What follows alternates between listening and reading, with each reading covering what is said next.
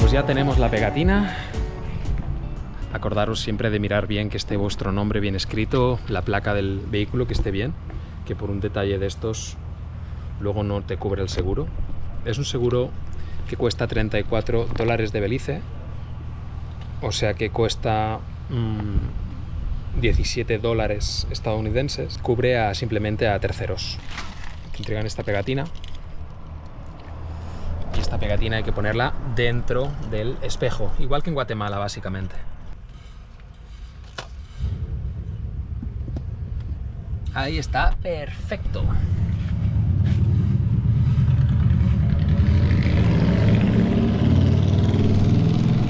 Listo, ahora ya estoy legal conduciendo en el país, por si me para la policía, que me han dicho que a veces es un poco corrupta aquí en este país también.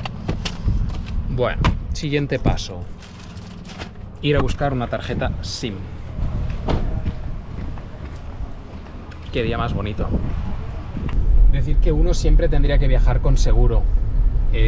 Yo en El Salvador y Guatemala, porque soy un poco pasota, pero muy mal de mi parte, intenté llamar un par de veces. Me contestaron diciendo que no hacían seguros a vehículos extranjeros, otro que no hacía seguros a vehículos más viejos que el 2010, y al final fueron pasando los días y como no obligaban ni nada y iba con mucho cuidado, pues al final pasé y no lo hice, pero está mal. Si alguien sabe de algún seguro o alguna cosa, por favor que lo dejen en los comentarios, sería genial. Para Guatemala y para El Salvador, algún seguro que cubra vehículos extranjeros, y así ya lo tenemos para la próxima vez o para alguien que pida esta información.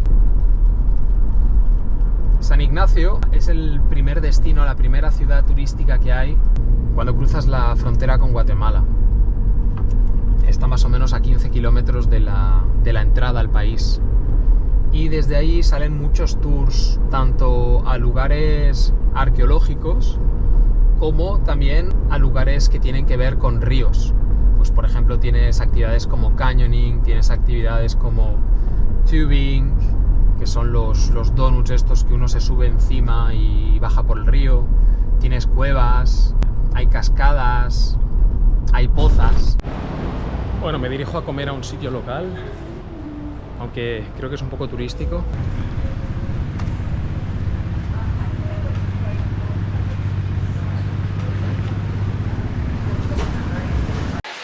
Bueno, me he pedido el típico rice and beans de aquí de Belice, y básicamente este plato es típico criollo, ¿verdad? O sea, hace muchísimo tiempo. Dicen que las abuelas son las que mejor lo preparan aún, pero bueno, he ido a un sitio que es famoso por este plato, así que vamos a degustarlo. Es arroz con plátano, pollo, y está todo cocinado en agua de coco, así que riquísimo. Exquisito, con un poco de picante.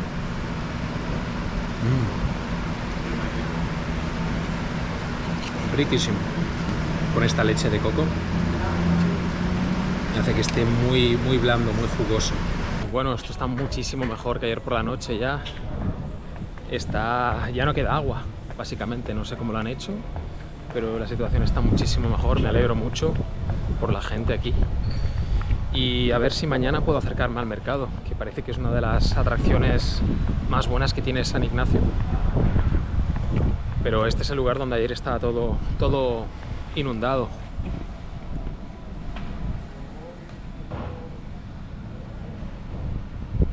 De hecho, esta ciudad es una ciudad hermana con Santa Elena, que básicamente está al otro lado de un puente, y es la segunda ciudad más importante y más grande de Belice.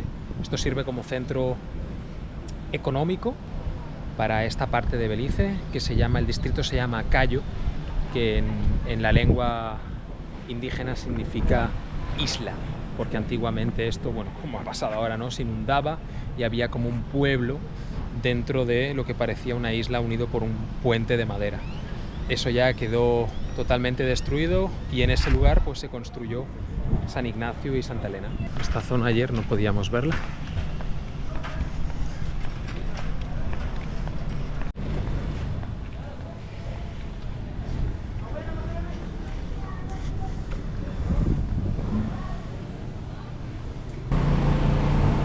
bomberos que han acabado el trabajo de limpiar toda esta zona.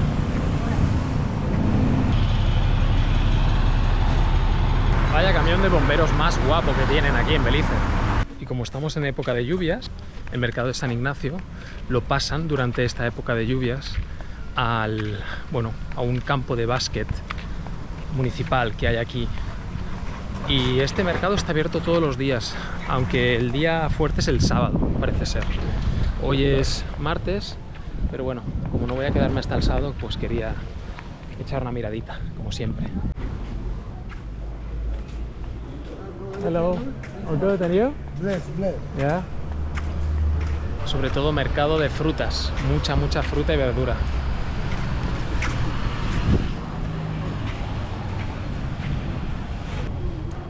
Parece que están en este lugar desde el momento que han llamado las autoridades de que iba a haber una crecida hasta el jueves, o sea, hasta dentro de 2 días. Entonces los van moviendo y ahora el mercado es tan pequeño porque hay mucha gente que ha decidido pues no trabajar, esperar a que abran el lugar normal, que es mucho más grande, y entonces por eso ahora el mercado es tan pequeño. Entonces aquí tienen su lengua yucatán, la lengua criolla, el inglés y el castellano como lenguas que utilizan. Me he parado justo al lado de una señora, les he comprado unos plátanos y un limón a una señora que está hablando con su marido en español y yo, ¡hostia! ¿Sabes? Es muy raro, hay gente que habla en inglés, gente que habla en español. Parece ser que el 50% de la población hablan español y el otro 50% habla inglés, o sea, está muy reñida la cosa. Uno se lía, con unos habla español, con otros inglés. Son totalmente trilingües. Pero la lengua que más utilizan ellos para hablar entre la propia población es el criollo. Es como una mezcla de inglés con su propia lengua nativa, ¿no? Me voy ahora a ver las ruinas antes de que cierren y ya está. Por hoy doy el día por acabado.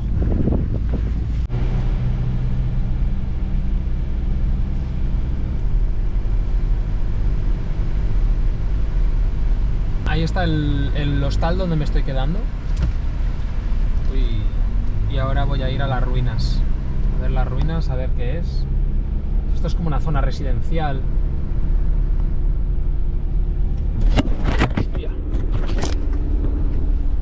¡Wow! Ahí está la oficina donde compras tu ticket. Aquí vamos a inscribirnos.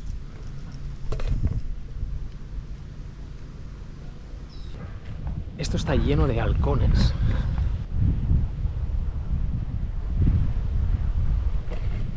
Y lo primero que te preguntan es, ¿dron? O puede ser que yo tenga cara de que me gusta grabar con dron, porque siempre me lo piden en todos los puntos fronterizos y todo. Bueno, lo más bueno de este lugar es que queda a 5 minutos caminando del lugar de backpacker donde me estoy quedando. La entrada al parque cuesta $10 belicianos de Belice, que es lo mismo que $5 estadounidenses. Es que me confundo. El cambio siempre es por 2, siempre. Da igual, o sea, si a $1 siempre serán $2 de Belice, siempre. Hoy me encuentro en las ruinas mayas de Cajalpec, que era un lugar donde los nobles mayas de ese entonces se hacían como su casa de vacaciones. O sea, no era su lugar principal donde vivían más en ciudades mayas, pero aquí esto era como un palacio donde venían a pasar. Esto está encima de una montañita que tenían unas vistas perfectas de todo el valle y es más fresco, da un poco más el viento. Entonces aquí venían a pasar, no el fin de semana, pero venían a pasar a descansar, ¿no? Esto era el palacio de los nobles mayas de esa época, de esa dinastía que vivían aquí. Lo bonito de este lugar es que no hay absolutamente nadie. Ahora me están saludando unos americanos. Y me encanta estar aquí, pasearte, que no te obliguen a pillar un guía también. Hello. Yeah. Y esa es la pirámide más alta de todo el complejo, que mide 24 metros de altura. El maya medio se cree que medía 1,50 m máximo. Y hay en la historia y la mitología maya, hay historias de gente que medía 1,70 m que eran considerados dioses por la altura. La dinastía maya, de repente, como en este lugar donde estoy, desaparece. Desaparece 900 años después del nacimiento de Cristo. No se sabe por qué, pero en este lugar donde estoy desaparece. Y ya no hay vestigios, ya no hay ningún tipo de prueba o de construcción que demuestre que fue hecha más atrás, ¿no? Y los españoles llegaron en 1492. Por lo tanto, quiere decir que se extinguieron los mayas de esta región 600 años antes de la llegada de los españoles. Total, lo que quiere decir es que los mayas eran muy bajitos y hay escalones que verdaderamente uno tiene que dar unos pasos muy, muy grandes.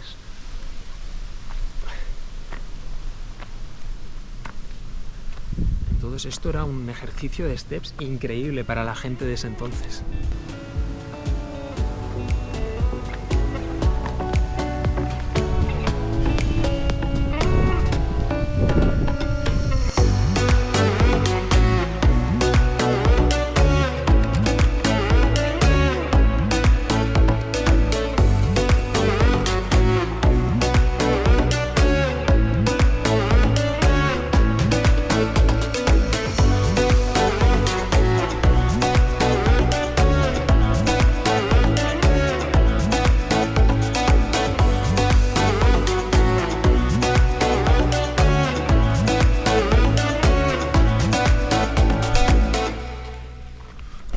Esta parte lleno de pasadizos, ¿eh?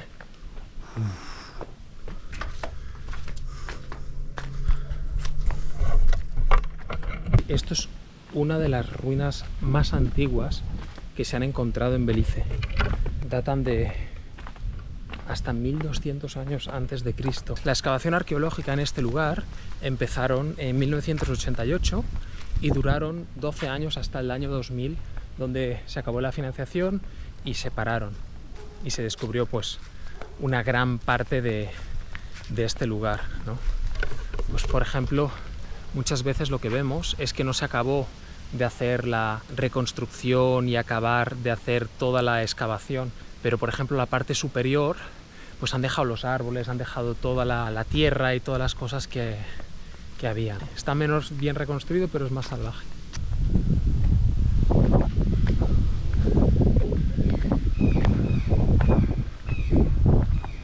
Aquí nos hemos de imaginar esto techado.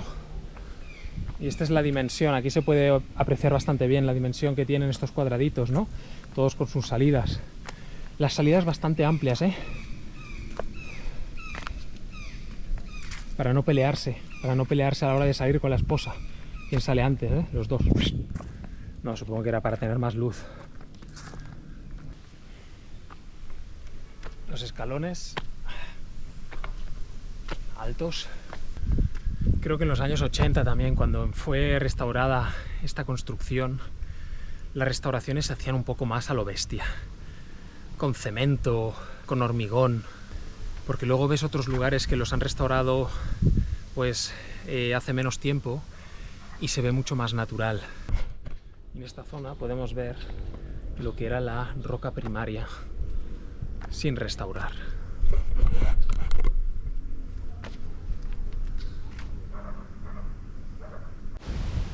Esta estructura donde me encuentro era el templo principal y el lugar de las ceremonias. Y a cada uno de los lados tenemos las dos estructuras que quedan justo a los lados, esa y la otra, esta de aquí, eran los palacios donde estaban, digamos, las personas más importantes.